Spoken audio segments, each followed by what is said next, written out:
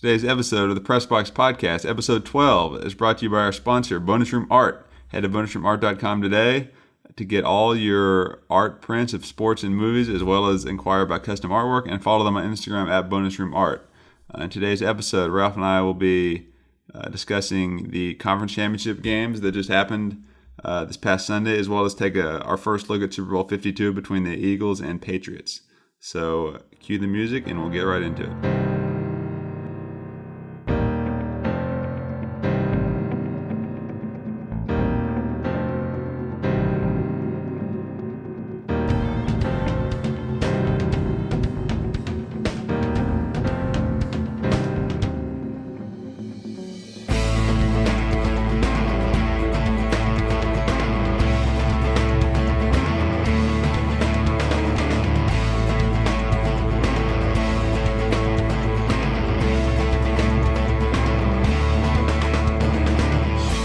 All right, here again on the Pressbox Podcast with my co-host Ralph. How are you doing today? I'm doing well. How are you doing? Good. So last time we spoke was heading into Championship Sunday. So Championship Sunday has happened now. Right. So the two games are played, and I think what did we was our official prediction Patriots Vikings? Was that right? Well, I think my response was, if somebody was holding a gun to my head or I was forced to bet $1 million, I was going to go Patriot Eagles. So I got it right from that perspective. All right. So yeah. But you did say that. I remember. I corrected. I did say that. Okay, yeah. But I did say that my heart, I wanted the Jaguars and the Vikings. Right. I thought they would win. So all right. So I was wrong. Yeah, we'll start there in that first game, Patriots Jaguars, and I was watching with Nathan, our producer, and I think he was a little more like accepting of the fact that the Patriots were going to win all along, but I was holding out for the Jaguars the whole game. Man, that was something else. I mean, they were up 20-10, right? Right. And man, they just couldn't hold on. They couldn't get it done. I mean, you would think that if the Patriots could score going into the game, if they could score 24 to 28 points, they would win, and it turns out that was the case. Right. Well, I think, gosh, I don't know really where to start on all this. But I think the key to this whole thing was, I agree with you. I think going into the game, I thought the Patriots were probably going to win. I wanted the Jaguars to win. Same here. I thought the Patriots were going to win. But then, like you said, when it was 20-10, I thought, something, maybe these guys can actually pull this thing off. Yeah. Okay.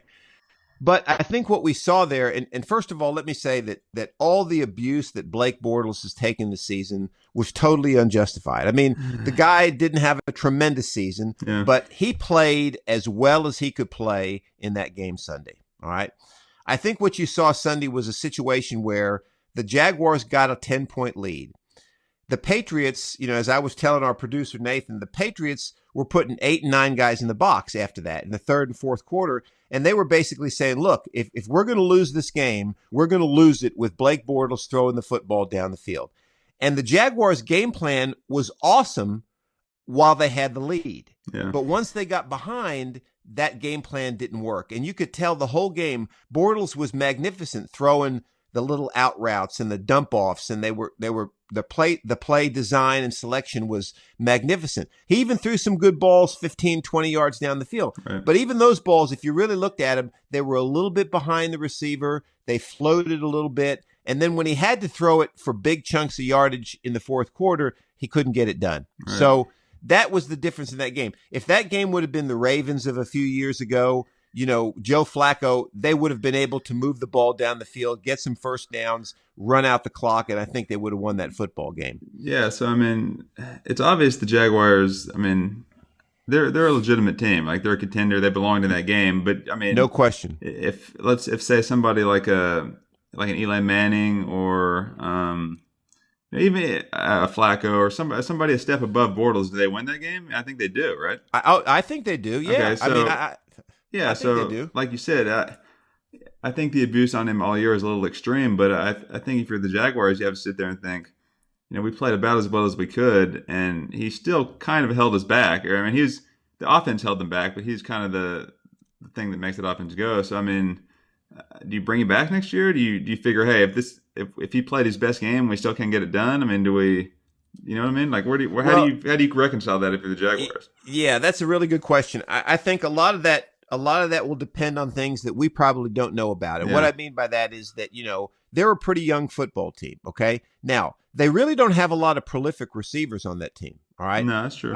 So then the question is it the chicken or the egg? Is it Bortles, or does he not have the weapons? All right. That's the first question. Second question is Bortles, I think, if I'm not mistaken, is at the end of his rookie deal. There's a team option for him next year. Okay, team option. So then the question becomes, all right, do you bring in some better receivers and do you give him one more year, or do you cut bait right now? Right. I would tend to think that given what he showed in the playoffs and his ability to run, I think you bring in some receivers, you give him one more year. Right. It's still a pretty young football team.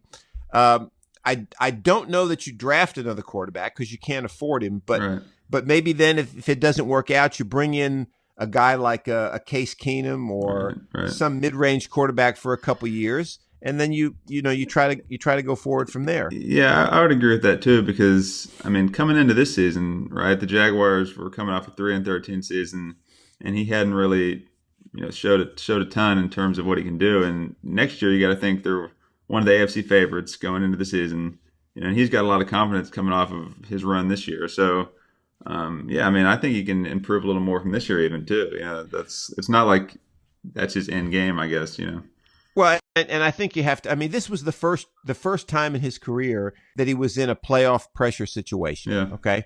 Now, what you saw there was really what the NFL is all about. I mean, think about Drew Brees last week against the Vikings. Think about Aaron Rodgers last year against the Cowboys.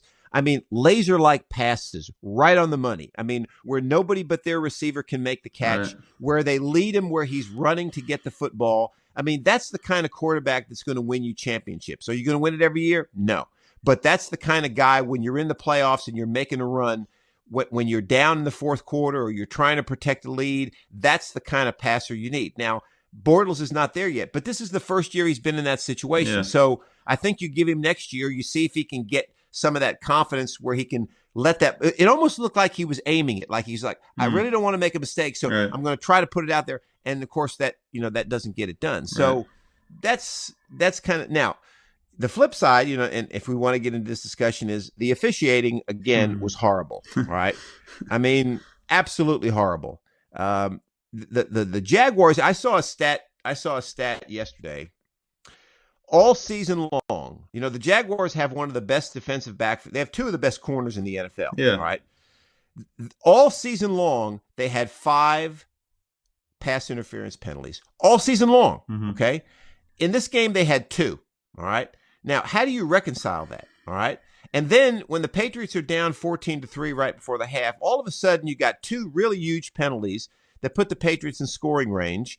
And it almost to me looks like there's a little bit of a conspiracy going on. And I hate to say that.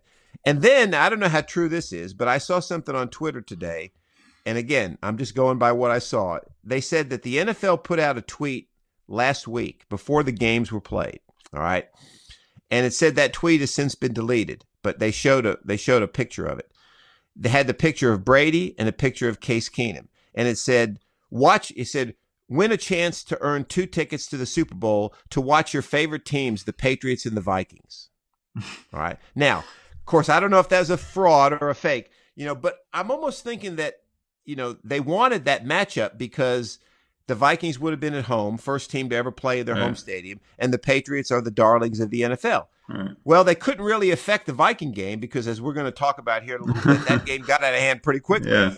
But the Patriot game, it was almost like they were saying, hey, wait a minute, the Patriots are losing to the Jaguars. They're down by 2 scores. Right. We got to make sure that they stay close.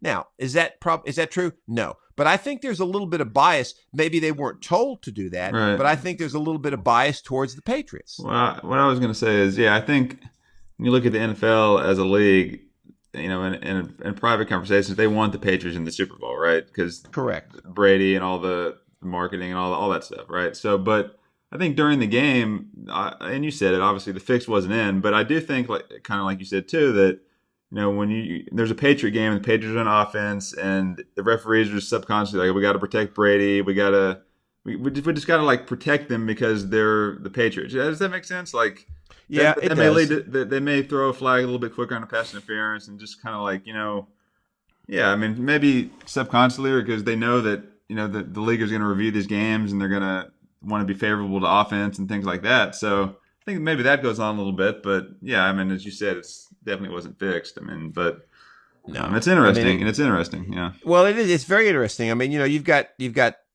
officials smiling in the end zone when I saw that video too. Yeah, and that's that happened. Yeah. You got Tom. I mean, it's almost like they're saying that when Tom Brady throws the ball, it's got to be pass interference because the ball's so perfectly thrown that there's got to be pass interference.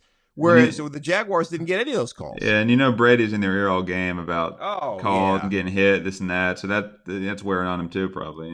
And I'll say this: the Jaguars hit him, and they hit him hard. Yeah, I was going to bring up their defense. Like we talked about, kind of the blueprint of the game plan, and they carried it out pretty well, right? They did. And we said it. They had the lead, and they hit Brady, and they took out Gronk, which is very nice. Like I was telling Nathan, first of all, like.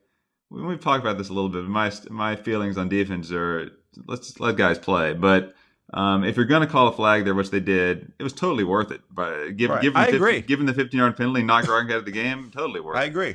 I'm surprised they didn't call any penalties when they hit Brady, to be honest with you. Yeah. I mean, I don't remember one penalty of roughing the passer, which I thought was interesting. That's true. I think the Jaguars' defense is championship caliber. There's no question about that. Yes. I mean, it's in fact, I thought going into Sunday that the Vikings had a little bit of better defense, but now I'm starting to think if the Jaguars can go into Foxborough and do what they did to the Patriots, and the Vikings can't hold the Eagles down, then maybe the Jaguars do have the best defense in the NFL right now. I mean, They executed the game. They executed the game plan exactly how Tom Coughlin would have wanted it executed. Mm-hmm. The only difference is Tom Coughlin had Eli Manning and the Jaguars had Blake Bortles. And I think another thing that hurt him too is they didn't capitalize off their one turnover they had really. Yes. So which has been a big part of their success all season is turnovers and they got the fumble there. I guess it was about at their own 40, maybe midfield and. They ended up punting, but they only even with that, they only took maybe a little less than 2 minutes off the clock there. So I mean, even if you have to punt that possession, they didn't even take the 4 or 5 minutes off the clock that would really put the Patriots in more of a bind. So I think that was a missed opportunity for them. And I think you bring up an excellent point. That may have been more than a missed opportunity. It may have been the turning point. And the reason I say that is because that play was a double flea flicker, if you remember. Okay, yes, Brady threw it out. Yeah. So and it gained what? It gained 40 yards. So that would have given them tremendous momentum. And then all of a sudden they lose the football. So if the Jaguars could have put together 2 or 3 first downs there, that would have been huge. Right. And I remember. Go ahead. No, that's it. That's all I was going to say. I was going to say. I remember saying too that when they were up 17-10. I think I might have texted you this, but if they could have put a touchdown on the board and gone up 24-10, I think that would have been big because now it's a 2-possession game with 2 touchdowns the Patriots have to get. Right. The Patriots are going to throw, and the Jaguars pass rush can really pin their ears back and get after Brady. And then I just felt like that them kind of knowing them what the Patriots had to throw the ball and Brady being immobile, I felt like they would force him into a mistake, a sack, a pick. Right. And I thought they really could have controlled the game there, but they only got the field goal, and then. In the Patriots' mind, okay, now it's closer, and it's kind of never materialized for them. Yeah, I agree. And this wasn't a huge part of play because on the touchdown the Patriots scored to go ahead in the fourth quarter. Yeah. The Jaguar defensive back, I don't know his name, but his number was 39. He's right there on Amendola. Okay. Yeah. As soon as Amendola jumps up to catch that ball, push him out of bounds. Absolutely.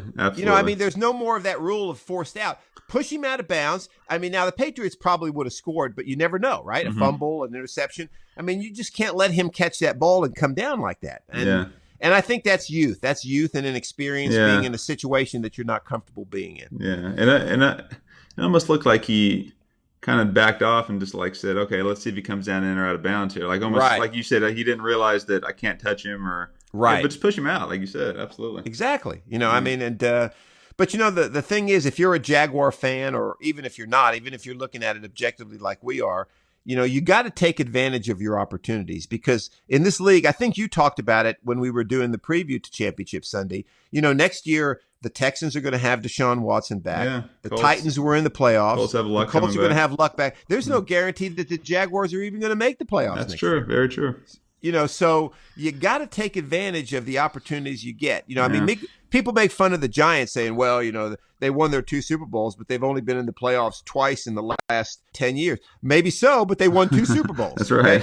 So when you get there, if you get to the playoffs 3 out of 10 years and you win 3 Super Bowls, that's pretty good if you ask me. Absolutely. So you got to take advantage of it, I'd much rather have that, as if we're going to talk about the Eagles here in a second, but the early 2000s Andy Reid Eagles team, they were in the playoffs almost every year, and they have no Super Bowls to show for it. So exactly. There you go. Exactly. Okay. So I mean, at the end of the day, the Patriots got it done. They're in the Super Bowl, and they will play the Eagles, which is the second game, Eagles Vikings. And I got to be honest. We were talking earlier, me and Nathan, that I was a little emotionally spent after the first game watching that one. I was too. We took a little walk and we missed the very start of the second game, but I had to kind of regroup there before the second one. But so tale of 2 different games there. This brought back memories of the vaunted 2000 Giants Vikings NFC Championship game, where the Vikings just got it handed to them. Yes, they did. So, I mean, I'll let you go ahead and start there. I mean, what was your initial takeaway? Well, the game started exactly like the Vikings-Saints game started last week. I mean, the Vikings got the opening kick. They drove 75 yards down the field. They scored a touchdown. They held the Eagles to a 3-and-out. They get the ball. I'm thinking to myself, okay, the Vikings are going to put this game away. But then Case Keenum threw the interception, which really wasn't totally his fault, because his arm got hit, right? Yeah. His arm got hit. The ball floated, but then the guy returns it for a touchdown. Right. And so that changed the momentum of the game completely right there. It got the crowd into the game. The Eagles felt, hey, we're in this game now.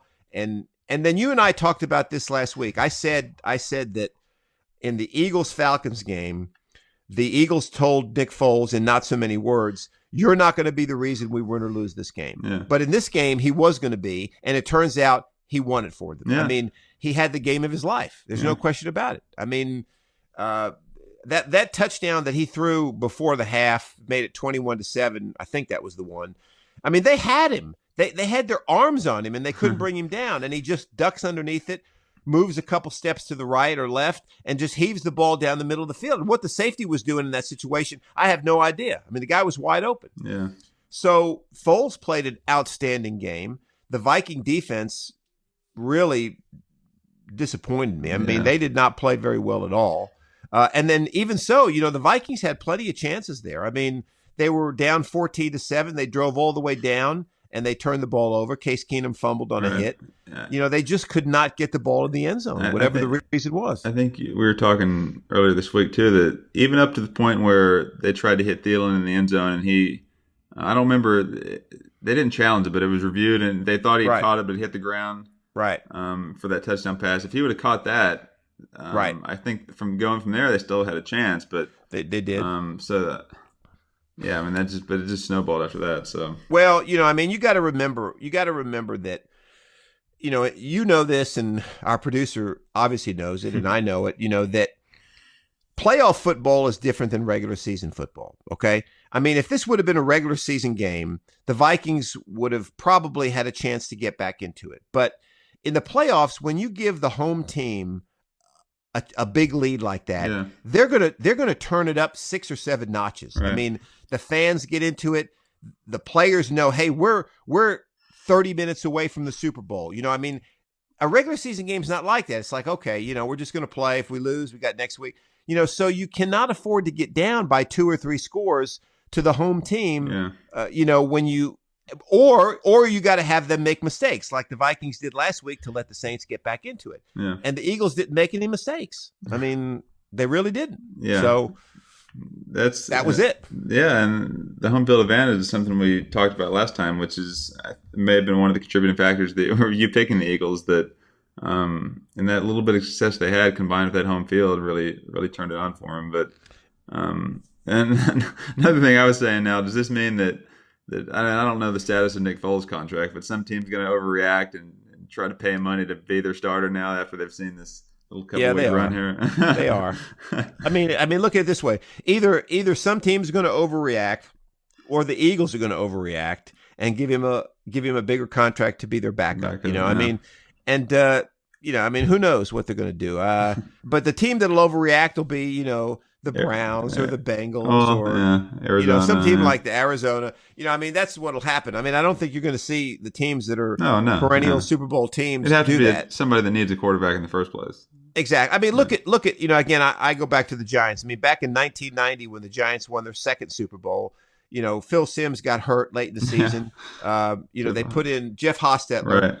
Hostetler made a great run to the Super Bowl, but the next year, the Giants let him go. He wanted more money. The Giants let him go. He went to the Raiders, had a few good years, but it was obvious he was just a solid backup that had a good year. Yeah. All right. And I think that's what Nick Foles is. He's a solid backup who has the ability to get it done if your starter goes down. But if you're going to put the entire season in his hands, I just don't think he can get it done. Yeah, I totally agree. And that's what you want from a backup. He's like almost the perfect backup in that sense, right? Exactly. That's exactly right. I mean, that's you love that kind of backup, and that's why if there was no salary cap, you give him as much money as he wants and let him stick around and be your backup. But you just can't do that. So, it'll be interesting to see. I think, gosh, I just think the Vikings, I don't know what happened to him. I really don't. Anderson Zendejo or whatever his name is, first name. Yeah, Zendejo. Yeah, I mean, he got that concussion last week. I don't think he was 100%, even though he played. The Vikings missed a lot of tackles, which is uncharacteristic of their defense. Right. They couldn't get off the field on third. I mean, they had the Eagles in third and long at least 5 or 6 times and just could not get off the field. Yeah. So it was just a perfect storm for the Eagles, and they got it done. Yeah. So well, here's another question before we move on. Okay. Do the Vikings bring Case Keenum back? Yeah, I think I saw a quote from Bridgewater today saying he fully expects to be the starter next year, which, I mean, I'm sure he expects that. I don't know if that's sure going to be the case, but that's a good question, really. I mean, I don't know. I mean, well, here's another thing. I mean, in all fairness to Teddy Bridgewater, I mean, I don't know the guy. I really don't know how good he is. He had 1 year. Right. I mean, if you're the Vikings, the guy hasn't taken a snap in 2 years. Yeah. I don't. Right? Yeah. So, I mean, do you really bring him back as your starter? No. I don't know. I think it's between Keenum and Bradford. I mean, but yeah, I really don't have an answer for that. I don't know.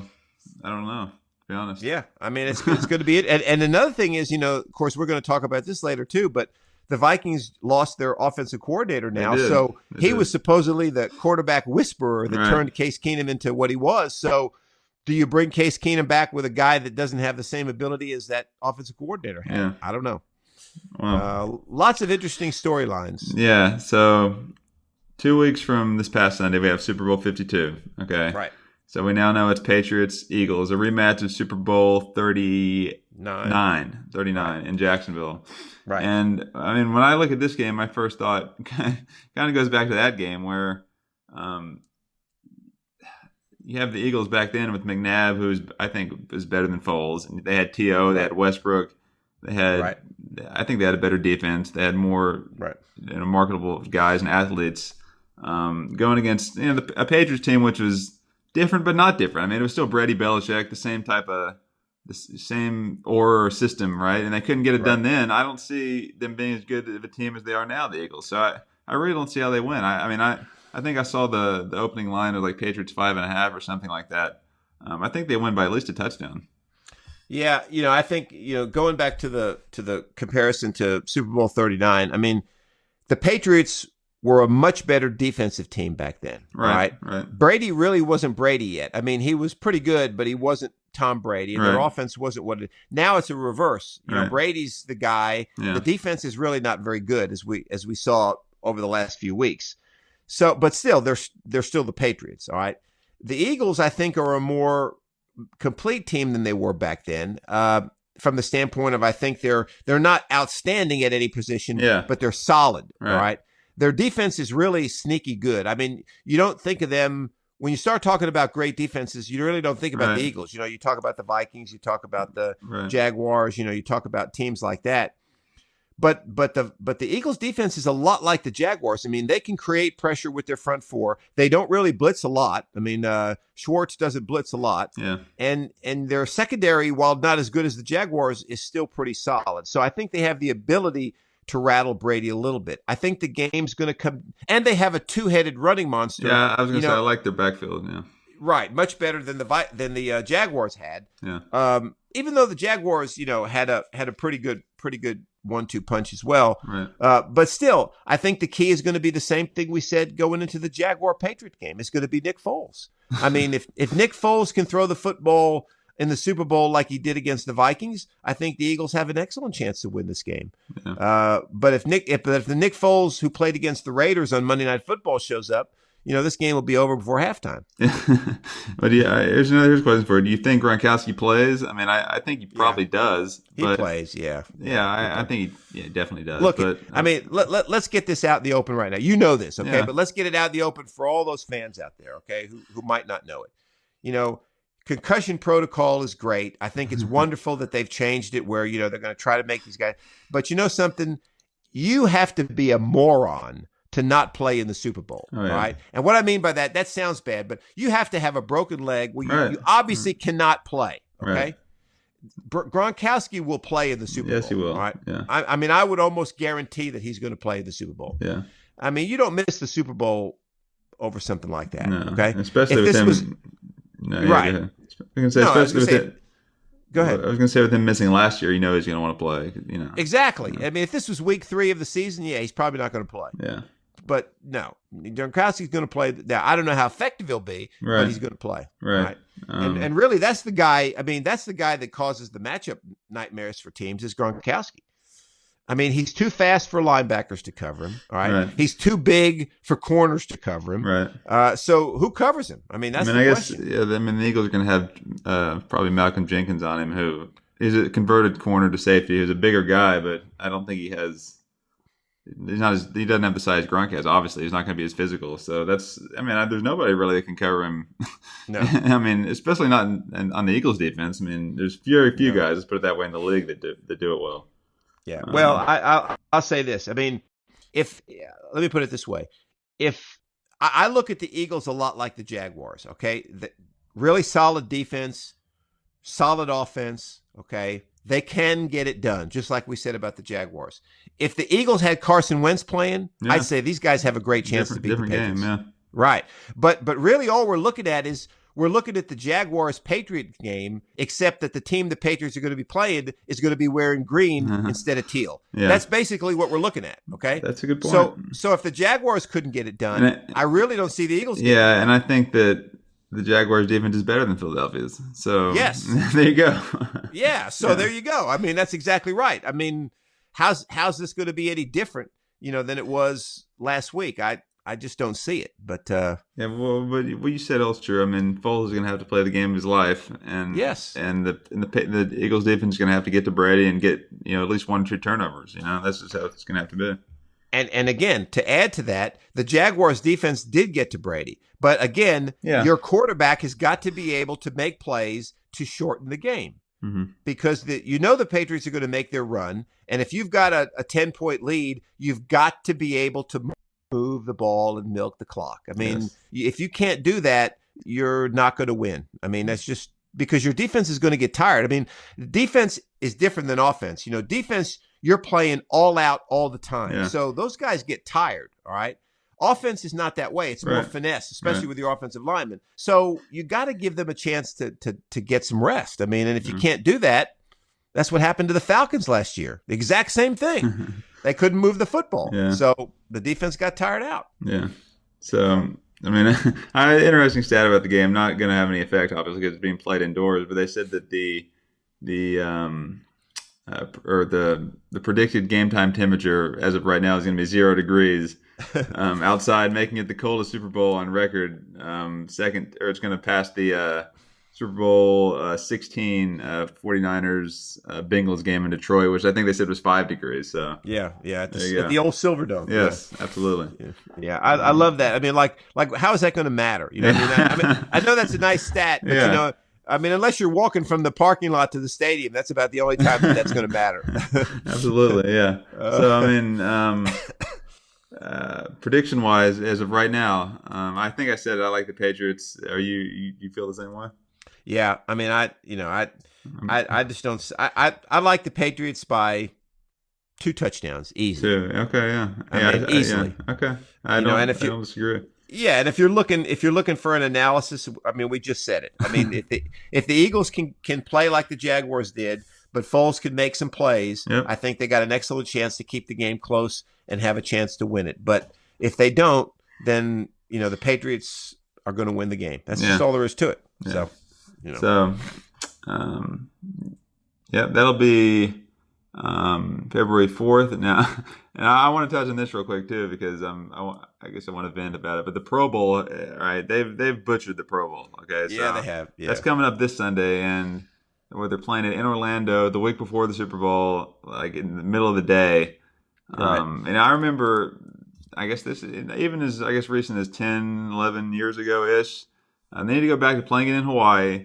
Right. It was always fun to have the Super Bowl finish off the season. The guys that played in the Super Bowl can go play in the Pro Bowl. Right. All the TV networks like NFL Network and those guys, they'd be coming to you from the beach in Hawaii, and it's just like the game was more competitive. It was just a better way to end the season. Now I'd like to see him get back to that, but I'm not going to watch 1 minute of the Pro Bowl. No, I mean it's well, first of all, I really don't understand why they play the Pro Bowl. Okay, I mean, when it was in Hawaii, like you said, when it was in Hawaii the week after the Super Bowl, I could understand it. It gives the guys a chance to take their family to Hawaii. It's a relaxed atmosphere. Yeah. The Super Bowl guys can be there, all that stuff. Yeah. But who cares about going to Orlando to play a football game? Okay, and then you're playing it the week before the Super Bowl. So a lot of your good players who made the Pro Bowl can't play in it.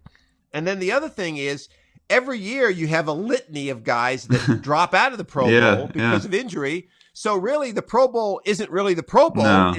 It's the alternate bowl. Right. Yeah, and all those guys, the guys that originally made it and the alternates are all named Pro Bowlers for the season. You're just watering down the honor, really. That's exactly right. I mean, gosh, if I was playing today, I could be a Pro Bowler. You have a good chance, yeah. Yeah, so I really think the NFL, I don't understand what they get out of it. I guess they make money out of it. Otherwise, they must. Keep doing they it. Must. But let's face it, it's the only sport really that does not lend itself to having a quote unquote all-star game. No, definitely not. Yeah. It just doesn't. So you might as well just get rid of it, to be honest with you. Now I think the skills have a skills competition and just leave it at that. Yeah. Yeah, I think just to finish up that, if you're going to rank the All-Star games, I like the MLB All-Star game number 1. Right. Probably the NHL number 2 because it seems like we don't follow the NHL as closely, but they seem to play pretty hard. Those guys. Right. NBA number 3. Until you get down to about the last 5 minutes of the fourth quarter, it's just a complete show of like no defense and dunking and all that stuff. And then football comes in last, obviously, but. Well, I agree with you. I think hockey and basketball have figured it out. They make the event a weekend. Yeah, right. Right. You got all those events that go on. That's what makes the NBA and the NHL All-Star game. Sure. Baseball's got the same thing. They got the home run derby, and then you got the All-Star game and so forth. But that's what makes those things. It's not really the game per se. Right. Even the Major League Baseball game. It's probably the best of all 4 of them from the standpoint of competition, but it's still really not, it's not really a game because you got so many guys coming in and out, so many pitchers coming in and out, right. So, football just needs to buck up and say, look, we're just going to do away with it, So. Absolutely. All right. So lastly here, we've stated before on this podcast, the Giants are your team. Yes. You're in their corner. They hired a new coach. They got Pat Shurmur. Right. Who you mentioned earlier is the Vikings offensive coordinator, who is really bringing along Keenum nicely this year. What's 2 years did he coach the Browns? It was oh gosh, maybe 11, 12. I don't know. I think so. Yeah, I think so. He was 2 years with the Browns. Your reaction as a loyal Giant supporter? Well, he won 9 games in his 2 years with the Browns. That's more than a lot of the last. It looks pretty good right now, right? Yeah. Right now, it looks like a pretty good record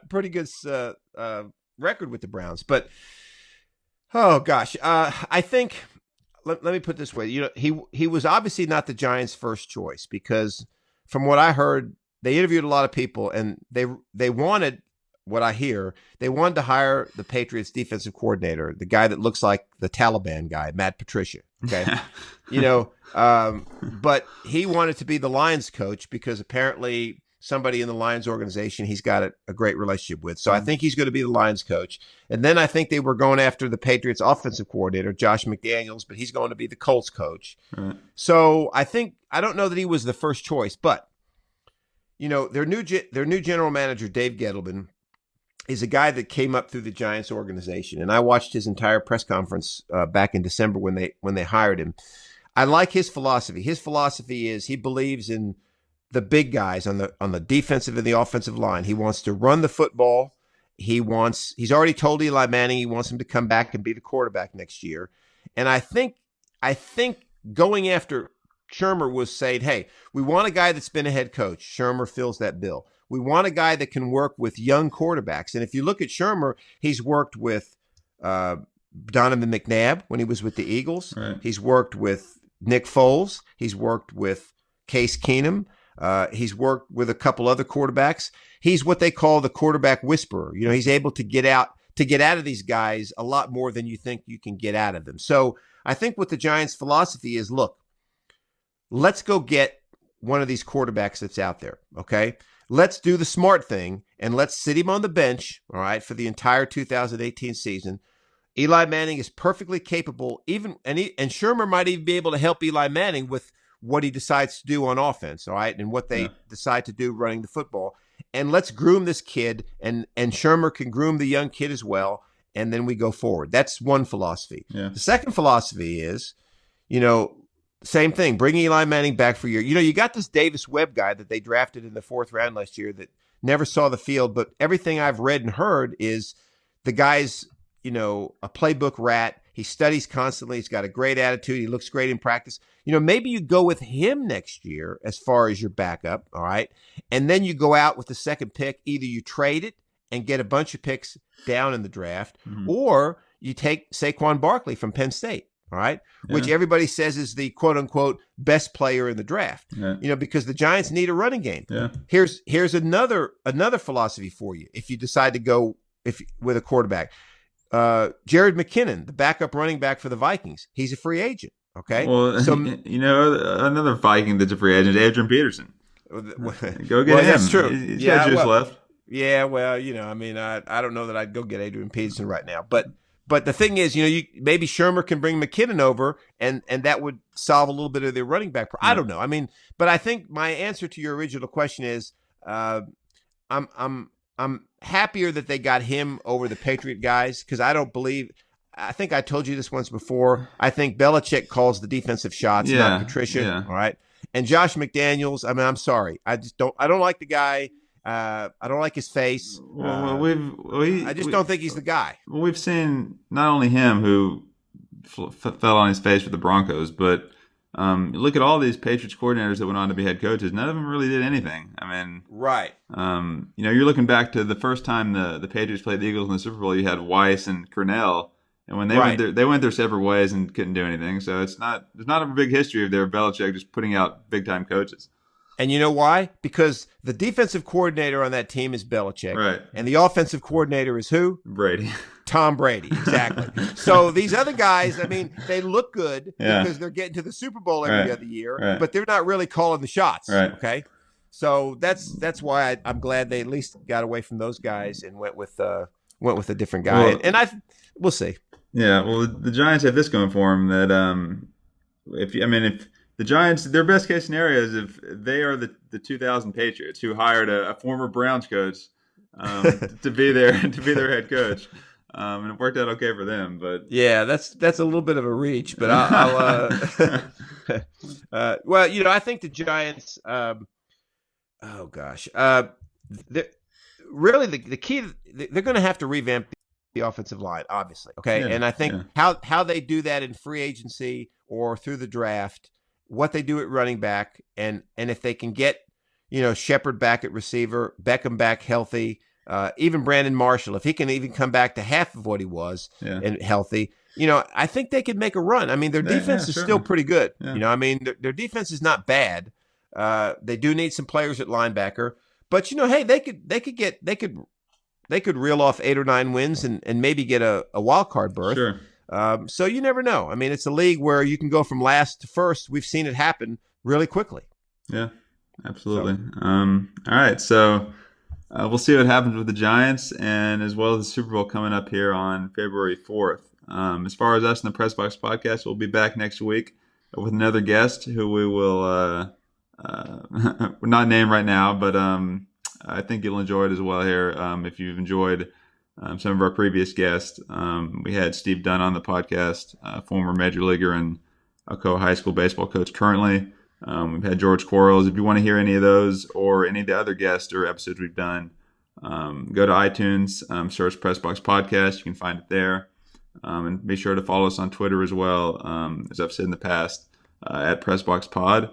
And also go to our blog at that's right, theoldlinebacker.com. Theoldlinebacker.com. Right, absolutely. You could also listen to the podcasts on that website as well. Right, and Fox Sports Knoxville also tweets out the episodes when they come up as well. So numerous ways to listen.